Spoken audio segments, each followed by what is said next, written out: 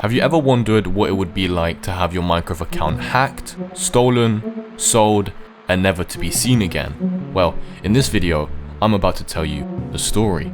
My story. Before we do though, please make sure to subscribe to the channel. It helps me out a lot, and I wouldn't want you to miss a video. Now let's begin. It was a Wednesday morning, online lessons are in full swing, and lockdown is in full effect. I'm sure you know the feeling, right? Well, I've woken up to 2 interesting emails in my inbox. I was reading the emails on my phone, and out of total disbelief, I climbed out of bed and dragged myself to my computer. To my amazement, the 2 emails contained one telling me my Mojang account password had been changed, along with another being that someone had changed my email to a yandex.ru address.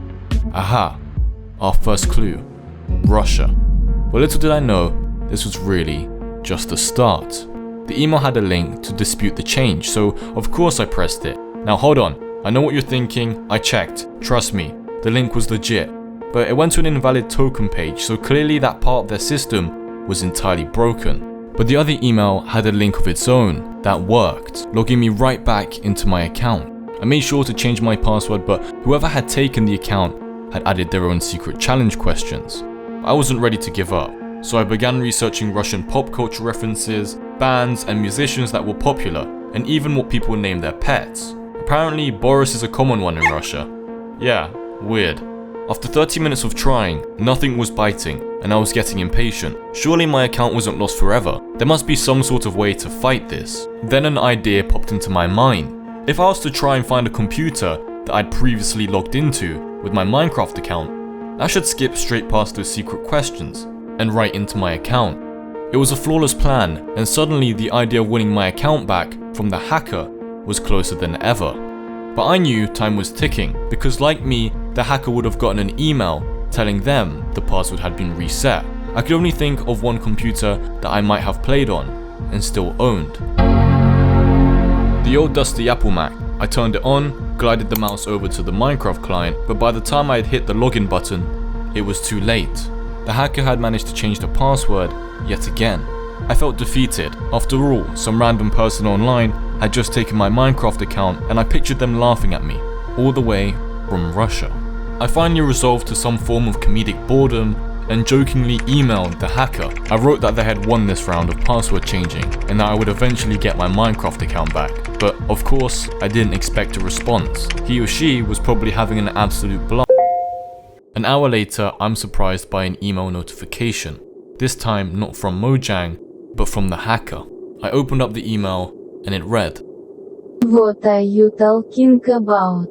I bought this login and password on the site. This years, I did not know. Here screenshot purchase to sell hacked accounts." Hold on, did he just say site? Like website? Like my account was sold to him? Had I just discovered that the long-believed hacker was actually a buyer?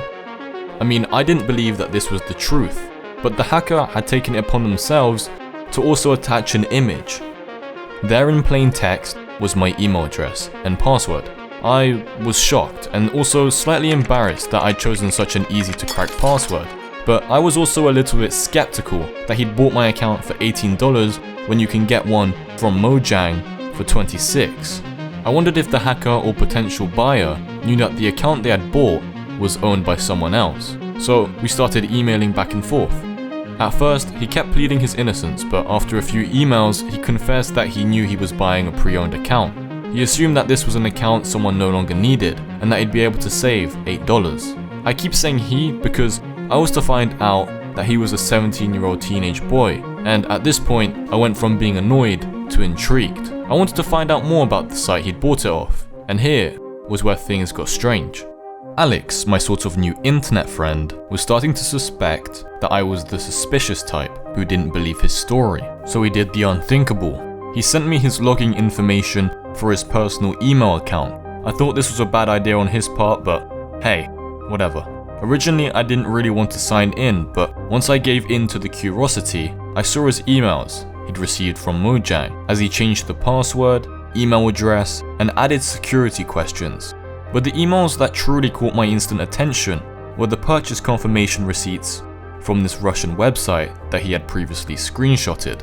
Of course, the link to the website was included in the email, so I clicked.